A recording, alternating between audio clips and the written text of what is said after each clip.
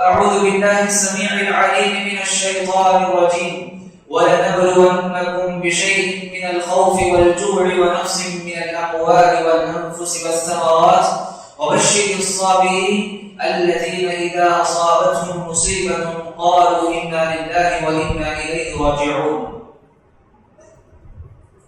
تمام تعریفیں بزرگی و کبریائی اس اللہ وحدہ لا شریک کے لیے لائق و زیبا ہے جو ساری کائنات کا پروردگار اور پالنہار ہے.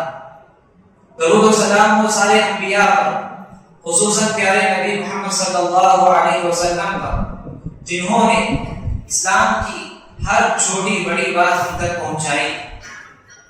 قلوہ مسنونہ کے بعد سورۃ البقرہ کی 2 آیتیں آپ کے سامنے پڑھ کر تلاوت کی گئی. اس کا معنی یہ وَلَنَبْلُوَنَّكُمْ بِشَيْءٍ مِّنَ الْخَوْفِ وَالْجُوعِ، ہم تمہیں ضرور خوف کے ذریعے سے، بھوک کے ذریعے سے آزمائیں گے، جان اور مال اور گھروں کی کمی کے ذریعے سے بھی تمہیں آزمائیں گے. وَبَشِّرِ الصَّابِرِينَ، اے نبی آپ صبر کرنے والوں کو خوشخبری سنا دیجیے. الَّذِينَ إِذَا أَصَابَتْهُمْ مُصِيبَةٌ، جب بھی انہیں کوئی مصیبت لاحق ہوتی، پریشانی لاحق ہوتی، آزمائشیں ان پر ٹوٹ پڑتی، قالوا انا للہ وانا الیہ راجعون، یہ لوگ صرف انا للہ وانا الیہ راجعون کہتے.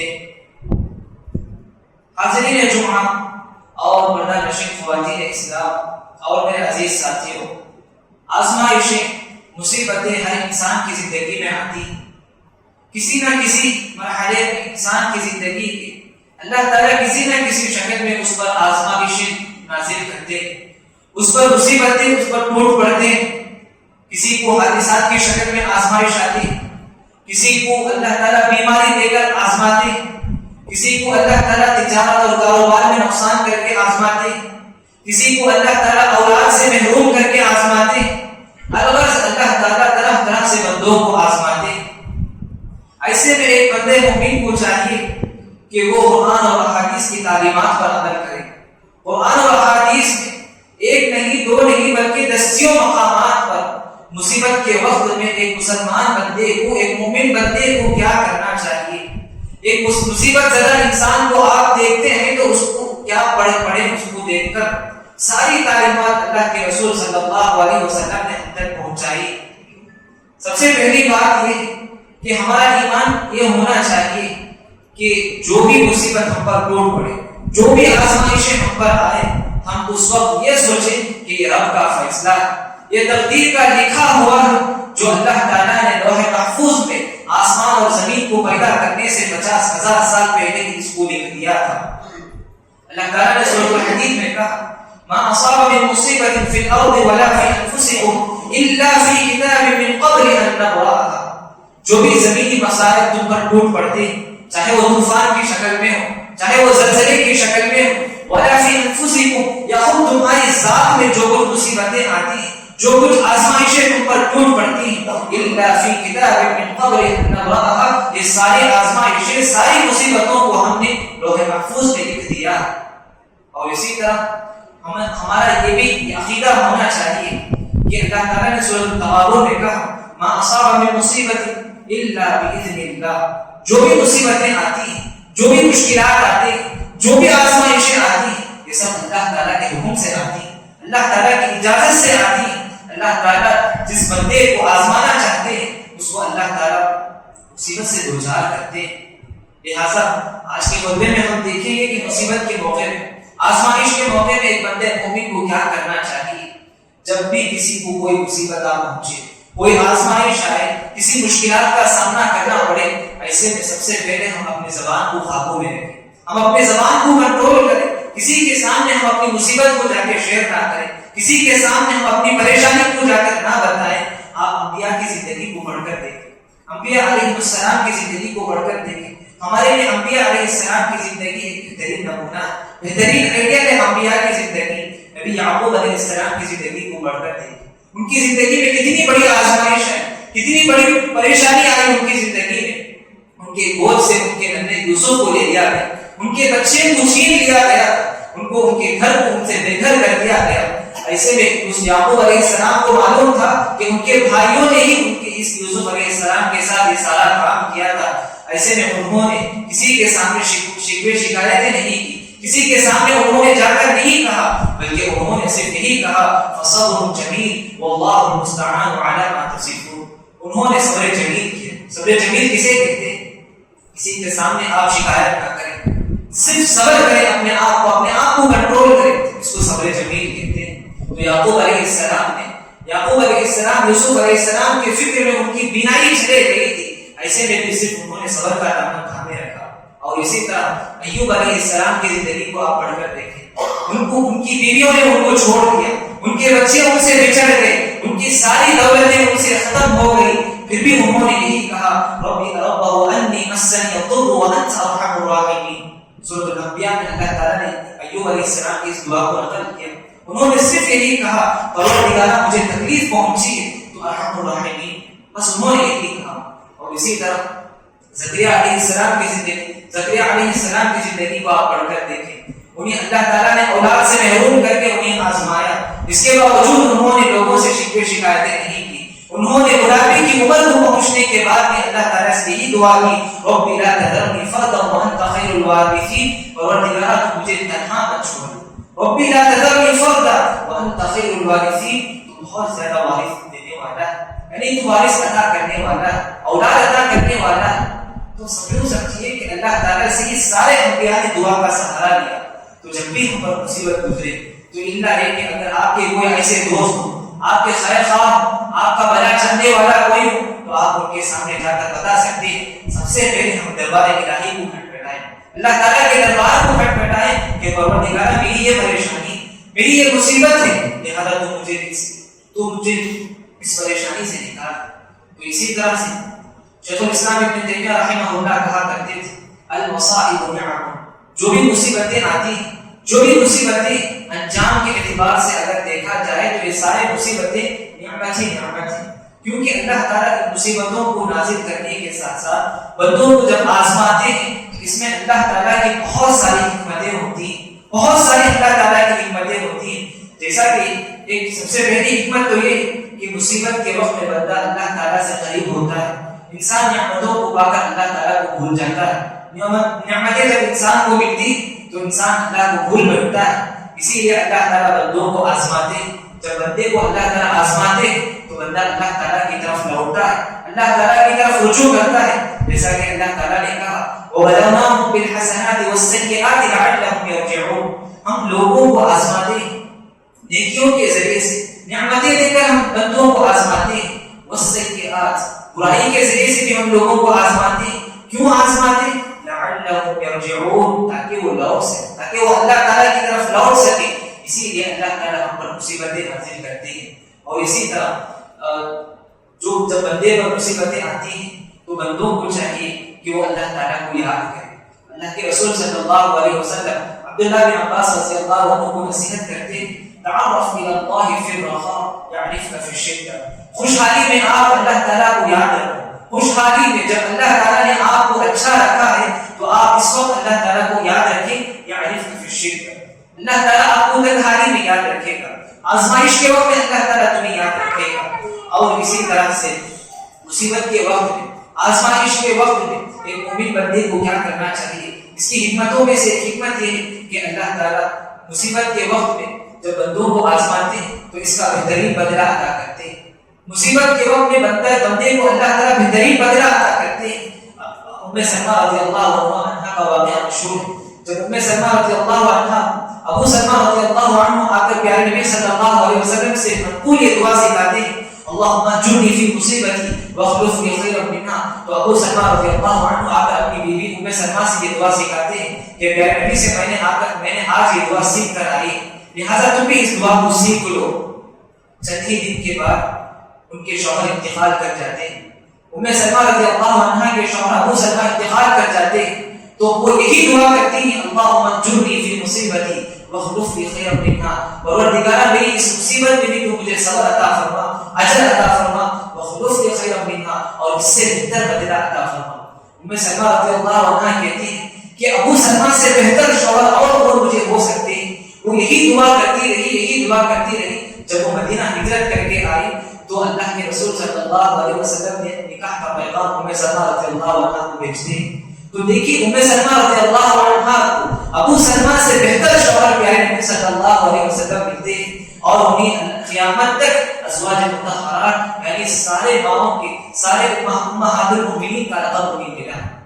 تو اللہ تعالیٰ جب کسی بندے کو آزمانا چاہتے ہیں تو اللہ تعالیٰ اس سے بہتر بدلہ عطا کرتے ہیں. اور اسی طرح اللہ تعالیٰ مصیبت کسی پر ٹوٹ پڑتا ہے یعنی آزمائشیں کسی پر آتی ہیں تو اس کی حکمتوں میں سے ایک حکمت یہ ہے کہ اللہ تعالیٰ بندوں کے درجات کو بلند کرتے ہیں. بندوں کے اللہ تعالیٰ درجات کو بلند کرتے ہیں. اللہ کے رسول صلی اللہ علیہ وسلم نے فرمایا جب بھی کسی بندے کو کوئی مصیبت پہنچی ہے کوئی تکلیف پہنچتی ہو یا کوئی غم لاحق ہوتا ہو یا کوئی تکلیف لاحق ہوتی ہو تو حتی الشوکۃ یشاقوها یہاں تک کہ اگر اس کے پیر میں کانٹا بھی چبھتا ہے تو اللہ تعالیٰ اس کے درجات کو بلند کرتے ہیں یا اس کے گناہوں کو اللہ تعالیٰ معاف کرتے ہیں. سبحان اللہ. دیکھیں جو بھی مصیبتیں ہماری زندگی میں آتی ہیں جو بھی پریشانیاں ہماری زندگی میں آتی ہیں ہم یہ نہ سمجھیں کہ اللہ تعالیٰ مجھے آزما رہا ہے مجھے تکلیف دے رہا ہے بلکہ ہم یہ سوچیں کہ اللہ تعالیٰ مجھ سے بھلائی کا ارادہ کرتا ہے. اللہ کے رسول صلی اللہ علیہ وسلم نے فرمایا من یرید اللہ بہ خیرا یصب بہ.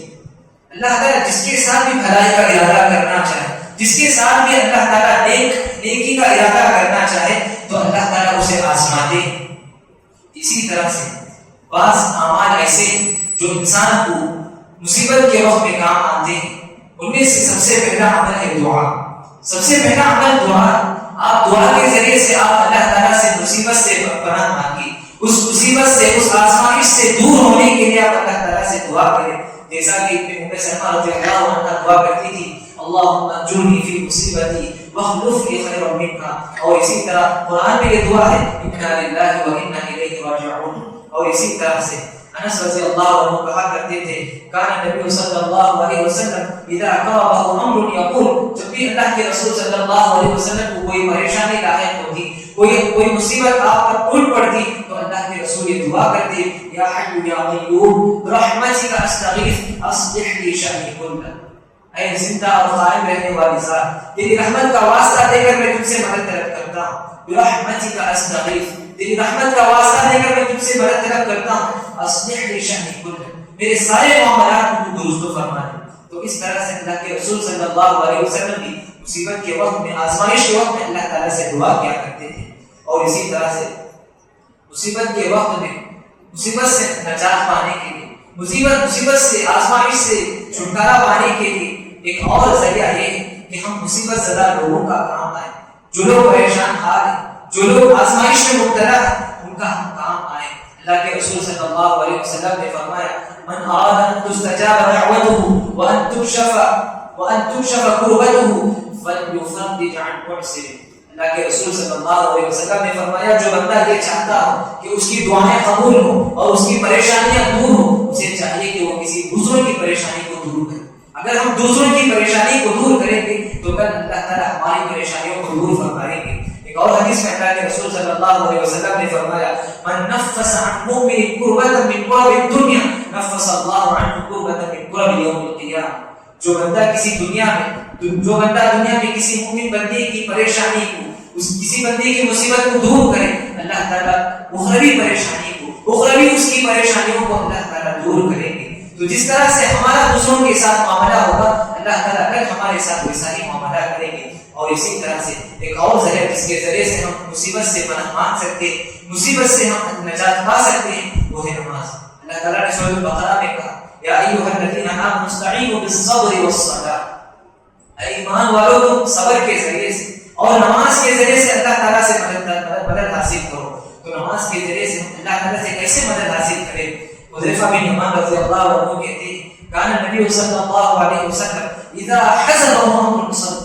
جب بھی اللہ کے رسول صلی اللہ علیہ وسلم کو کوئی پریشانی ہوتی تو اللہ کے رسول فوراً نماز کے لیے کھڑے ہو جاتے. ذرا ہم اپنے آپ میں اپنے دل پہ ہاتھ رکھ کر سوچیں کہ کتنی مرتبہ ہم نے مصیبت کے وقت میں آزمائش کے وقت میں نماز کی پابندی 2 رکعت نماز پڑھے اس کے بعد اللہ تعالیٰ سے ہماری اپنی پریشانی کا آپ اللہ تعالیٰ سے حل طلب کریں تو یقیناً اللہ تعالیٰ ہماری اس پریشانی کو ضرور دور کریں گے. خندق کا واقعہ تھا. جنگ خندق کے موقع پر مشرکین ایک مہینے تک محاصرہ کیے ہوئے تھے مدینے کا. ایسے میں اللہ کے رسول صلی اللہ علیہ وسلم بدھ کے دن چاشوبے کے دن اللہ کے رسول صلی اللہ علیہ وسلم ظہر کے وقت میں مسجد کو جاتے ہیں. مسجد الفتح کے نام سے آج بھی مدینے میں وہ مسجد موجود ہے. وہاں پر جا کر اللہ کے رسول 2 رکعت نماز ادا کرتے ہیں اور نماز ادا کر کے اس دن کی کامیابی کے لیے دعا کرتے ہیں. تو اس کے بعد اسی دن وہ جن کامیاب ہو جاتے ہیں اللہ کے رسول صلی اللہ علیہ وسلم. تو دیکھیے اللہ کے رسول صلی اللہ علیہ وسلم کی چاہے وہ انفرادی زندگی ہو یا اجتماعی زندگی ہو، جب بھی کوئی مصیبت آتی، کوئی آزمائش آتی، تو اللہ کے رسول صلی اللہ علیہ وسلم نماز کا سہارا لیا کرتے تھے. اور اسی طرح جب بھی اللہ کے رسول صلی اللہ علیہ وسلم بارش نہ ہوتی، ہر سال عام ہو جاتی، تو ایسے میں اللہ کے رسول صحابہ کو میدان میں جمع کرتے اور جمع کر کے صلاۃ الاستسقاء نماز پڑھا کرتے تھے. تو اللہ تعالیٰ اس کے بعد بارش کو نازل کرتا. تو اس طرح الغرض بتانے کا مقصد یہ ہے کہ نماز ایک ایسا ذریعہ ہے جو ہماری مصیبتوں کو، جو ہماری پریشانیوں کو دور کر سکتی ہے.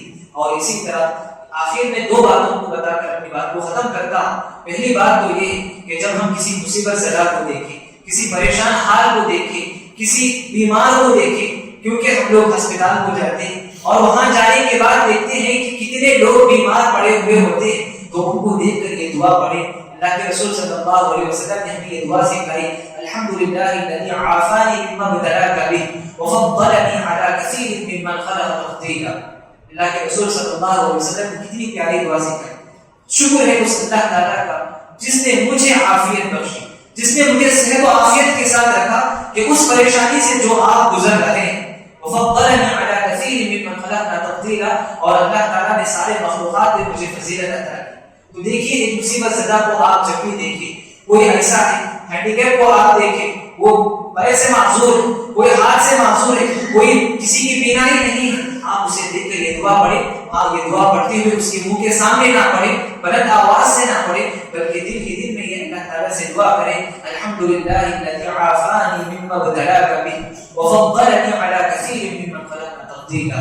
اور اسی طرح دوسری اور آخری بات یہ ہے کہ افسوس کہ آج ہمارے معاشرے میں، خصوصاً مسلم معاشرے کی بات بتاتا ہوں، کہ بہت سارے لوگ مصیبت جب آتی ہے، آزمائش جب ان پر آتی ہے، گھر میں کوئی بیمار ہو جاتے ہیں، کسی کو اللہ تعالیٰ اولاد سے محروم رکھتے ہیں، تو وہ لوگ عاملوں کے چکر کاٹتے ہیں، جھاڑ پھونک کرنے والوں کا چکر کاٹتے ہیں. ایسے لوگوں کے پاس جا کر اپنے دین کو بھی برباد کر لیتے ہیں، ساتھ ہی ساتھ اپنی دنیا کو بھی وہ لوگ برباد کرتے ہیں. ان کے پاس جا کر ہزاروں لاکھوں روپے لوٹانے کے لیے تیار ہوتے ہیں، مگر جو شرعی تعلیمات ہیں، جو اسلامی تعلیمات ہیں، اس کو فراموش کر دیتے ہیں، اس کو بھول جاتے ہیں. کتنے ایسے اسباب اللہ کے رسول صلی اللہ علیہ وسلم نے ہمیں بتلائی تھی، جیسا کہ آپ نے ابھی آج کے خطبے میں سنا.